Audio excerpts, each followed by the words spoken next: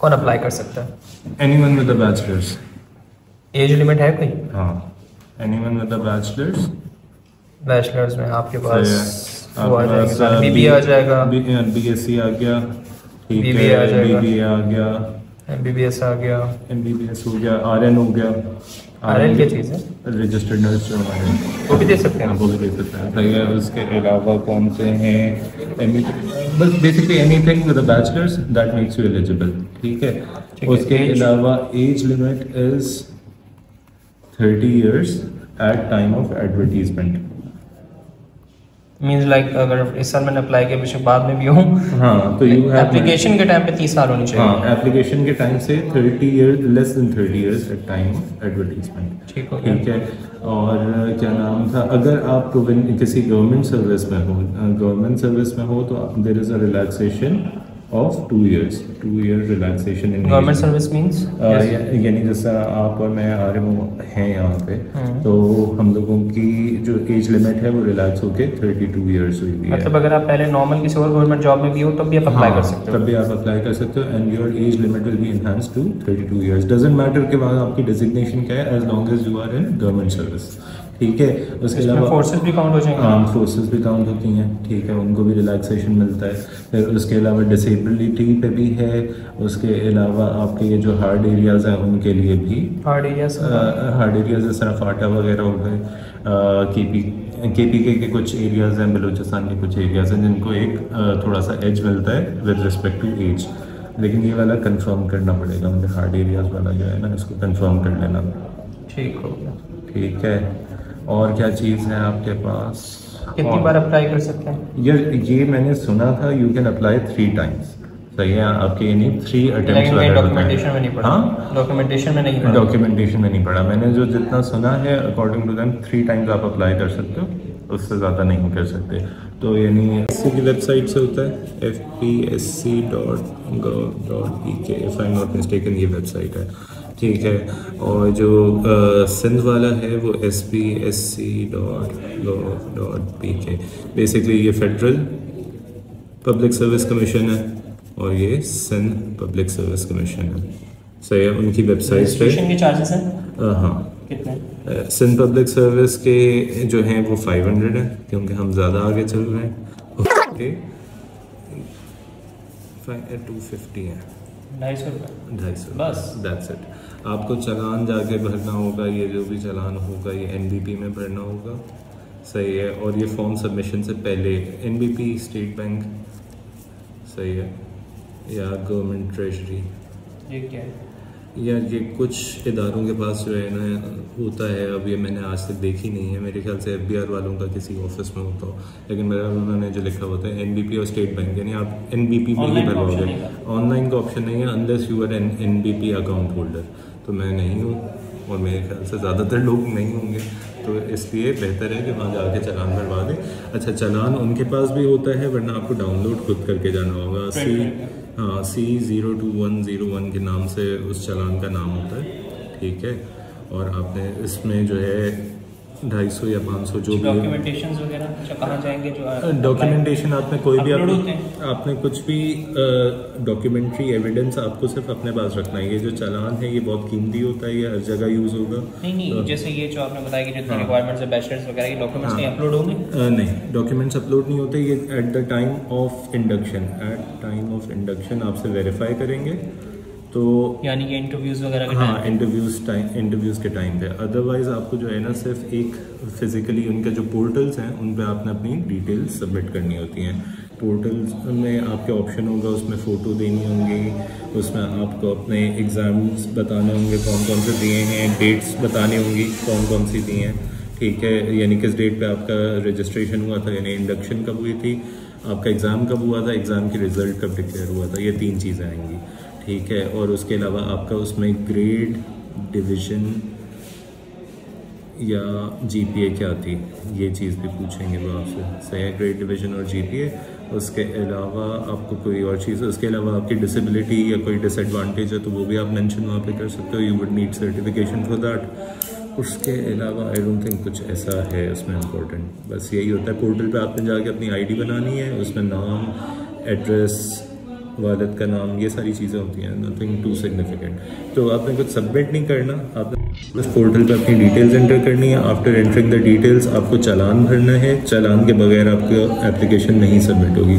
चालान भर के चालान के ऊपर एक नंबर लिखा हुआ होगा, वो चालान नंबर आपने मेंशन करना है and then your application will go forward. ठीक है, और इसमें कुछ ऐसा सिग्निफिकेंट नहीं है। इनकी अपडेट्स नहीं आती तो आपको इनकी वेबसाइट के ऊपर ही अपडेट्स चेक करनी पड़ती हैं। कोई आपको मैसेज नहीं आएगा कि इस दिन एग्ज़ाम है पहुंच जाए, नहीं, आपको सारी चीज़ें उनकी वेबसाइट से करनी है। तो दैट्स वेरी मच। कहते हैं इसे, सही है, प्रोविंशियल सेंट्रल सर्विसेज, हर प्रोविंस का अलग है।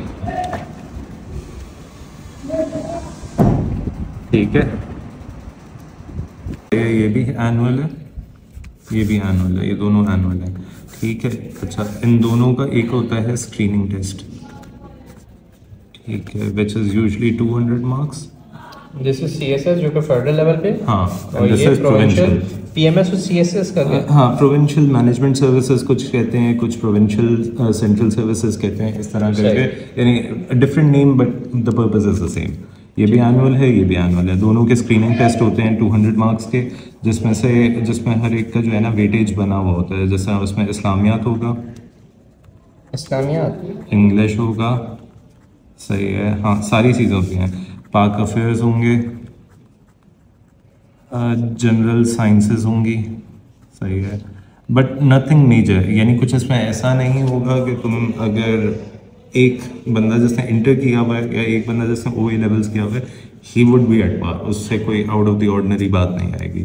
इस्लामियात हो गया, वो भी बेसिक लेवल के होते हैं। इंग्लिश हो गया, पाक अफेयर्स हो गया, जैसे आपकी कॉन्स्टिट्यूशनल अमेंडमेंट्स आ गई, सही है। उसके अलावा कोई अगर जिस तरह कोई भी बड़ा हिस्टोरिक वाक़या होता है, वो हिस्ट्री हो सकती है, इसमें आपकी वॉर्स हो सकती हैं, सही है। फिर उसके अलावा पाक अफेयर्स इन जनरल, यानी जो आपके फॉरेन अफेयर्स हैं कि भाई कहाँ से हम लोगों के रिश्तेदारियाँ अच्छी हैं, कहाँ से बुराइयाँ हुई हैं, तो दैट्स ऑल देयर इज, सही है। ये जब once you clear the screening वाला पार्ट, स्क्रीनिंग एमसीक्यू बेस्ड है, हाँ, स्क्रीनिंग एमसीक्यू बेस्ड है। स्क्रीनिंग वाला पार्ट जब मार्किंग होती है, नेगेटिव मार्किंग होती है, विद नेगेटिव मार्किंग इसकी है -0.25 की सुनी थी, लेकिन जो अभी इसका CCE जो हुआ था, अच्छा, इसके एग्जाम को कहते हैं CCE, कंबाइंड कम्पिटिटिव एग्जामिनेशन, ठीक है। और इस वाले को जो फेडरल वाला होता है, फेडरल वाले को कहते हैं, जो अभी इनका नाम रखा हुआ था MPT, आई डोंट रिमेंबर उसका फुल फॉर्म क्या था, MPT कहलाता है। ये जो एनुअल स्क्रीनिंग टेस्ट है ना, इसका नाम इन्होंने MPT रखा हुआ है, उसका नाम CCE रखा हुआ है, ये बेसिक आ गया। अच्छा, जो CCE का पेपर था उस पे लिखा हुआ था हाफ मार्क, सही है, नेगेटिव हाफ मार्क और 0.25। अब इससे डिसाइफर कर लो, इधर 0.5 कटेंगे या 0.25 कटेंगे, नेगेटिव मार्किंग जो पूछी हुई है, तो it would either be half mark और 0.25। फेडरल वाले का 0.25, फेडरल वाले का भी अभी मैंने पेपर देखा नहीं है, ये तो देख लिया ना, पेपर के ऊपर जो चीज़ लिखी हुई है वो गलत लिखी हुई थी, इस तरह था -हाफ ब्रैकेट में 0.25, ठीक है। ये हो गया आपका। इसके अलावा once you clear this exam, उसके बाद there are 12 papers that you have to give, 12 papers, जिसमें आपके कुछ 6 कंपलसरी होते हैं, सही है, और 6 ऑप्शनल होते हैं।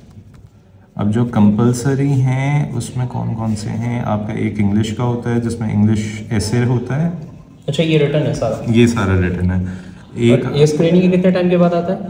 ये आई एम नॉट श्योर, मेरे ख्याल से कौन से मंथ में? जो स्क्रीनिंग का अभी जो एग्जाम हुआ था दैट वाज इन अगस्त, ठीक और है। CCE वाला हुआ था अगस्त में हुआ था, और अप्लाई कब हुआ था, मेरे ख्याल से अराउंड फरवरी में हुआ था, अराउंड में अप्लाई, फरवरी में अप्लाई किया और अगस्त में एग्जाम हुआ। हाँ, और अब इसका रिजल्ट कब आएगा? अगस्त में इसका रिजल्ट, जो मेन रिजल्ट आएगा वो तो अभी, क्योंकि इन्होंने CCE को एनल कर दिया, जो आखिरी CCE हुआ है, उन्होंने कहा है कि भाई इसमें मार्किंग बहुत कम हुई थी, स्कोर्स बहुत कम आए थे, इस वजह से यानी एक अमाउंट जो उन्हें कैंडिडेट्स का चाहिए, हाँ, तो जो उन्हें नंबर ऑफ कैंडिडेट्स चाहिए थे वो उतने पास नहीं करेंगे अगर उसको क्राइटेरिया बेंचमार्क रखेंगे, तो इस वजह से they will repeat the written examination. अच्छा, हाँ, तो अगर यानी नॉर्मली अगर होता तो ये अराउंड फरवरी हमारे, मेरे ख्याल से कंपलसरी जो पेपर्स थे वो शुरू हो जाते हैं नेक्स्ट ईयर के, जब अप्लाई कर रहे हो तो उसी टाइम पे वो स्टार्ट होता है, अच्छा खासा टाइम मिलता है। हाँ, आपको तकरीबन 1 साल आपके पास होगा पूरी प्रेप करने के लिए, सही है। अच्छा, अब जो कंपलसरी सब्जेक्ट्स थे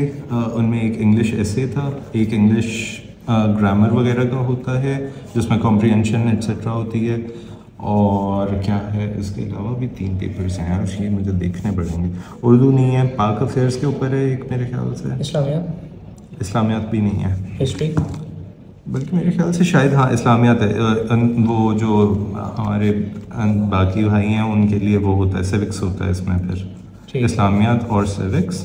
एक और पेपर था यार मुझे याद क्यों नहीं आ रहा, खैर वो देख के फिर अभी बताने पड़ेंगे। ऑप्शनल पेपर्स में भी फिर बहुत सारे होते हैं। अब ऑप्शनल ये पूरी जो है उनके अंदर देर आर मेरे ख्याल से 7 ग्रुप्स हैं, रफली 7 ग्रुप्स, ठीक है, जिनमें से आपको एक एक पर ग्रुप लेना होता है, 1 सब्जेक्ट पर ग्रुप, ठीक है। 1 सब्जेक्ट पर ग्रुप के हिसाब से चलो तो उस हिसाब से एक पॉलिटिकल साइंस का पेपर भी आता है जिसके 2 पार्ट्स हैं, तो वो आपके 2 सब्जेक्ट्स काउंट होते हैं, वो 2 पेपर्स काउंट होंगे, 2 पेपर्स। तो यूजुअली लोग ये ले लेते हैं, उसमें वर्ल्ड हिस्ट्री भी होती है, एक और वर्ल्ड हिस्ट्री का पेपर होता है, एक होता है पाकिस्तान हिस्ट्री का पेपर। उसके अलावा आपका अल्लाह भला करे जियोलॉजी, स्टैट्स और क्या है एनवायरमेंटल साइंसेस,